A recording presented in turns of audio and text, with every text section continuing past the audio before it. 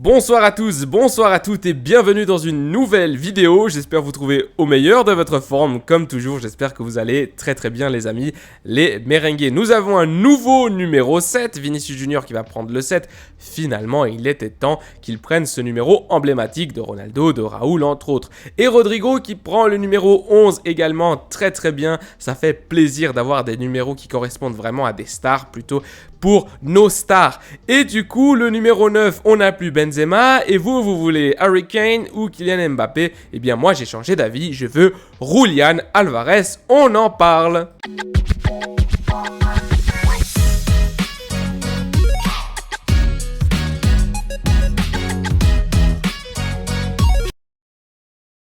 Mes amis merengues, nous allons commencer cette vidéo en parlant de Harry Kane, ensuite je vais parler de Kylian Mbappé et finalement je vais parler de Julián Álvarez. Alors tout d'abord, pourquoi Harry Kane n'est pas finalement le joueur qui va venir au Real Madrid selon moi?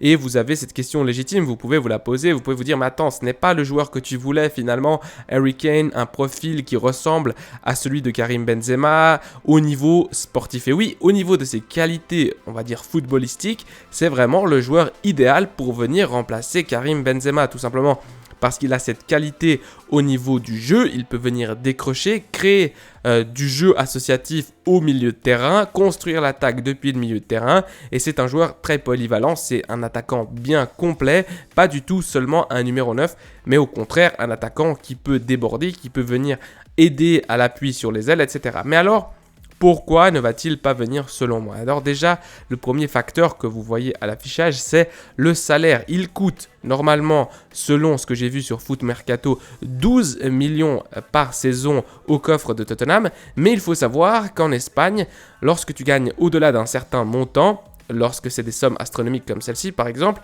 eh bien tu es taxé à 50%. Donc si le salaire net de Harry Kane c'est 12 millions environ, le club du Real Madrid devrait débourser 24 millions d'euros par saison pour ce joueur-là. Alors, si tu signes Harry Kane pour 3 saisons, un joueur qui va aller vers la trentaine, ça fait quand même beaucoup d'argent que tu risques de ne pas réussir à amortir. Donc déjà là, c'est, on va dire, un certain risque pris par Florentino Pérez, d'ailleurs, le président du Real Madrid, qui n'aime pas du tout ce genre de contrat avec des joueurs qui sont, disons, un peu plus âgés, qui ne sont pas vraiment des joueurs de futur, qui vont être là pour 2-3 ans maximum, et pour lesquels tu vas devoir débourser, ou tu devrais débourser pas mal d'argent. Donc ça, c'est déjà la première raison. La deuxième raison, c'est le contrat. Harry Kane est encore une année de contrat, et du coup, Daniel Levy ne va pas vouloir le faire sortir du club aussi facilement, parce que on le connaît, ce président, le président de Tottenham, Daniel Levy, qui est un négociateur un peu chiant, qui ne veut jamais avoir tort, alors qu'on sait que son club est à la dérive depuis des années, parce qu'il n'a pas vraiment un cadre sportif ni un projet sportif stable. Même comme ça, il ne va pas vouloir laisser, disons, partir son joueur phare. Donc ça, également, Daniel Levy, le président, selon certaines rumeurs, mais encore là une fois, c'est des rumeurs que vous pouvez voir sur le site Marca ou AS ou d'autres sites, vous allez voir qu'il a demandé 100 millions d'euros pour Harry Kane. Alors 100 millions d'euros, je ne pense pas que le Real Madrid va aller mettre 100 millions d'euros pour un joueur qui sera bientôt dans la trentaine. Donc on revient un peu à ce que j'ai dit juste avant.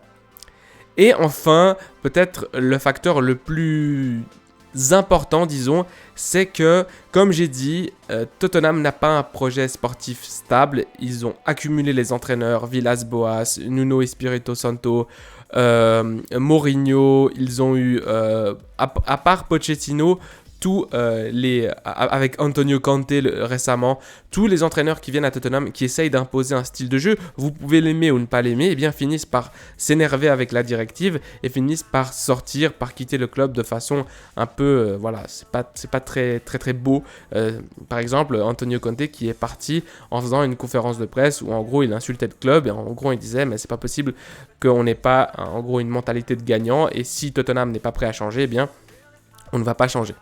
Et on ne va rien réussir à gagner. Alors déjà, eh bien, on le sait, Harry Kane, c'est un peu ce pilier fondamental de Tottenham. Et si tu l'enlèves, eh bien, tu casses ce qui reste en fait. Ce qui reste, c'est Harry Kane. Harry Kane, c'est Tottenham, malheureusement. Et du coup, c'est un symbole, c'est pas simplement un joueur pour eux. Et enfin, un petit peu pour rire, mais c'est possible.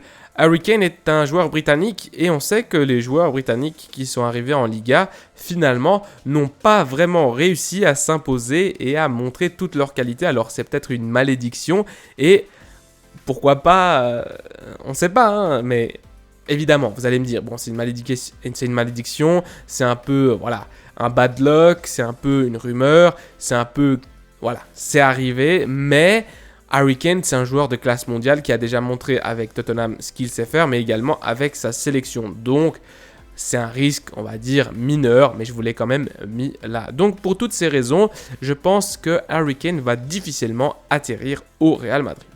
Alors on continue, mais cette fois en parlant de Kylian Mbappé, un autre joueur qui a été maintes fois tous les étés, et en plus il y a eu l'été passé où il était censé arriver, et finalement il n'est pas arrivé au Real Madrid. Alors pourquoi Kylian Mbappé? Moi je n'en veux pas. Je n'en veux pas. Voilà, Kylian Mbappé, je n'en veux pas. Pourquoi? Premièrement, salaire. Combien il gagne Mbappé?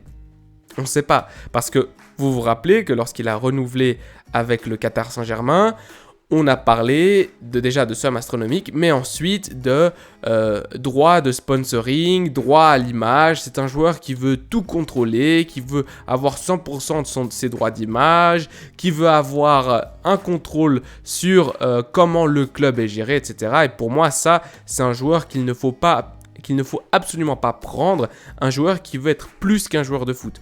Pour moi, déjà, tu as la chance, entre guillemets, d'avoir le talent. Évidemment, il faut la discipline, il faut le travail, et je dis pas que c'est facile d'être joueur de foot. Au contraire, mais quand tu as la chance d'être un joueur de foot professionnel et d'arriver dans un grand club et d'être dans un des top clubs européens, je pense que c'est déjà suffisant. Maintenant, si tu veux avoir le contrôle de la direction sportive, choisir qui reste, qui part, etc. Pour moi, ça, c'est un joueur, j'en veux pas. Et son salaire, on ne sait pas combien il gagne et on ne sait pas à quel point cette offre de renouvellement a été importante de la part du Paris Saint-Germain lorsqu'il a renouvelé alors que tout indiquait qu'il allait finir au Real Madrid. Ensuite, contrat. Évidemment, Kylian Mbappé qui est encore sous contrat jusqu'en 2025. Donc, s'il part, il faudrait acheter Mbappé et donc très très cher parce que c'est pas comme Harry Kane qui est en fin de contrat, il lui reste qu'une année de contrat. Là, il en reste encore 2 et donc du coup, il faudrait lâcher un gros billet. Et quand je dis un gros billet, c'est 200 millions d'euros. Et pour moi, 200 millions d'euros, tu peux les investir par exemple dans un latéral droit de qualité pour aider Carvajal. Pour l'amour de Dieu, il nous faut un latéral droit et également acheter un numéro 9. Donc déjà, ces deux arguments. Ensuite, il s'est moqué de nous. Voilà, il s'est moqué de nous, il s'est moqué de Florentino Pérez et il s'est moqué des supporters du Real Madrid. Et il voudra, comme j'ai dit, tout contrôler. Donc, il s'est moqué de nous. Pourquoi? Parce qu'il y a eu des promesses, parce qu'il y a eu des textes, en tout cas, ce qui est paru dans la presse, des messages entre le président directement et Kylian Mbappé. Kylian Mbappé qui a fait beaucoup d'allusions au Real Madrid, etc.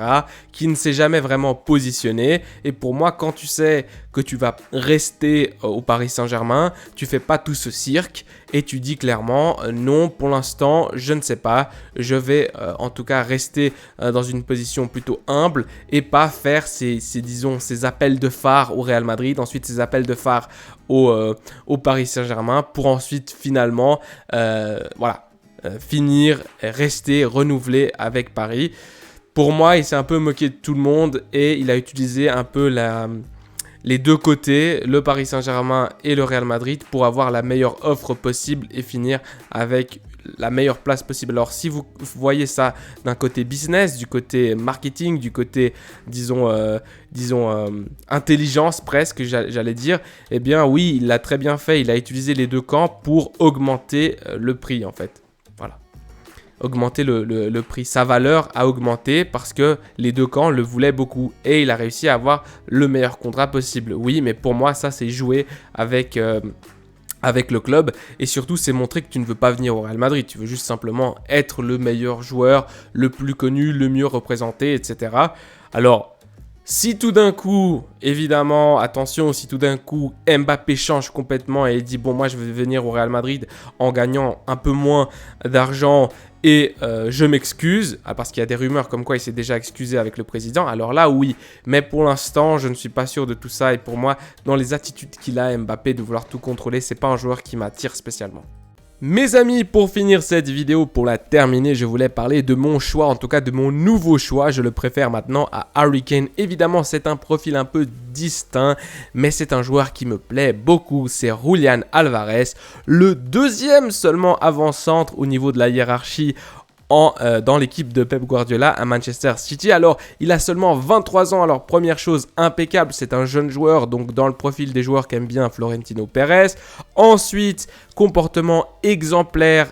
À l'inverse de Kylian Mbappé qui joue avec tout le monde, c'est un joueur assez timide de ce que l'on raconte à Manchester City. C'est un joueur qui accepte d'être deuxième attaquant, deuxième choix, alors qu'il a un talent fou. C'est un joueur excellent avec le ballon, c'est un joueur excellent dans la frappe, c'est un joueur excellent dans son positionnement. Il est jeune, il est fort, il peut jouer à plusieurs positions différentes, ailier droit, avant-centre, deuxième attaquant.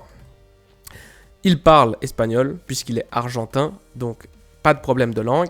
Il a tout gagné avec Manchester City. Déjà, il a gagné la Première Ligue. Je crois qu'il a gagné il a gagné la FA Cup. Il a gagné la Coupe du Monde avec l'Argentine. Il a gagné la Champions League cette année. Donc, en gros, je crois que c'est le joueur le plus jeune qui a fait déjà le tour. Il a tout gagné. Tous les titres possibles, il a gagné. Alors qu'il a seulement 23 ans. Et finalement, s'il reste à Manchester City, il va être le deuxième attaquant. C'est-à-dire l'attaquant derrière Haaland. Erling Haaland qui est vraiment, voilà, il a marqué 52 buts ou un truc comme ça. Donc, il va surtout être l'ombre de Haaland. Même si vous allez me dire, non, Pep Guardiola, il fait souvent tourner, il a 2-3 effectifs différents, Julián Álvarez qui va avoir du temps de jeu, oui, mais il n'a pas joué beaucoup. Il n'a pas beaucoup joué, pardon, je ne sais plus parler. Il n'a pas beaucoup joué, peu de minutes, beaucoup de fois sorti du banc, alors qu'au Real Madrid, il serait titulaire indiscutable. Ensuite, comme j'ai déjà dit, c'est un avant-centre, mais il peut jouer deuxième attaquant ou ailier droit. Et avec la sortie de Marco Asensio, on pourrait arrêter de faire des bricoles avec Valverde et finalement avoir un joueur qui peut jouer avant-centre et qui peut jouer ailier droit s'il le faut. Et enfin, même prix que Kane, c'est-à-dire même prix, comme l'accent britannique, même prix que Kane. Kane, s'il va coûter 100 millions, alors autant les lâcher pour un type qui a 23 ans, pour un type qui à chaque fois qu'il rentre, il fait la différence et qui a un comportement exemplaire. C'est un nice boy, un bon garçon. C'est un joueur excellent. Il peut couper entre les lignes. Il a du jeu associatif.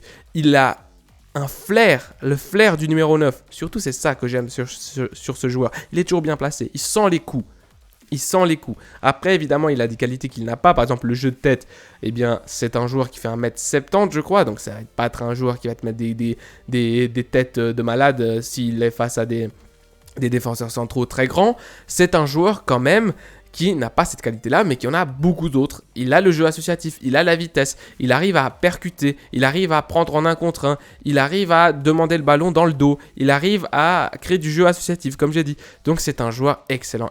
C'est un joueur qui sent les coups. Pour moi, c'est le choix numéro 1 si j'étais à la direction du Real Madrid. Beaucoup d'entre vous ne vont pas être d'accord avec moi, ils vont dire non, Harry Kane, c'est vraiment le typique profil comme Benzema, il faut aller prendre Harry Kane, mais pour moi, Julián Álvarez ferait beaucoup mieux l'affaire. Je vous laisse. À la Madrid y nada más. Prenez soin de vous, des vôtres et de votre famille. Et n'hésitez pas à laisser vos commentaires. Allez,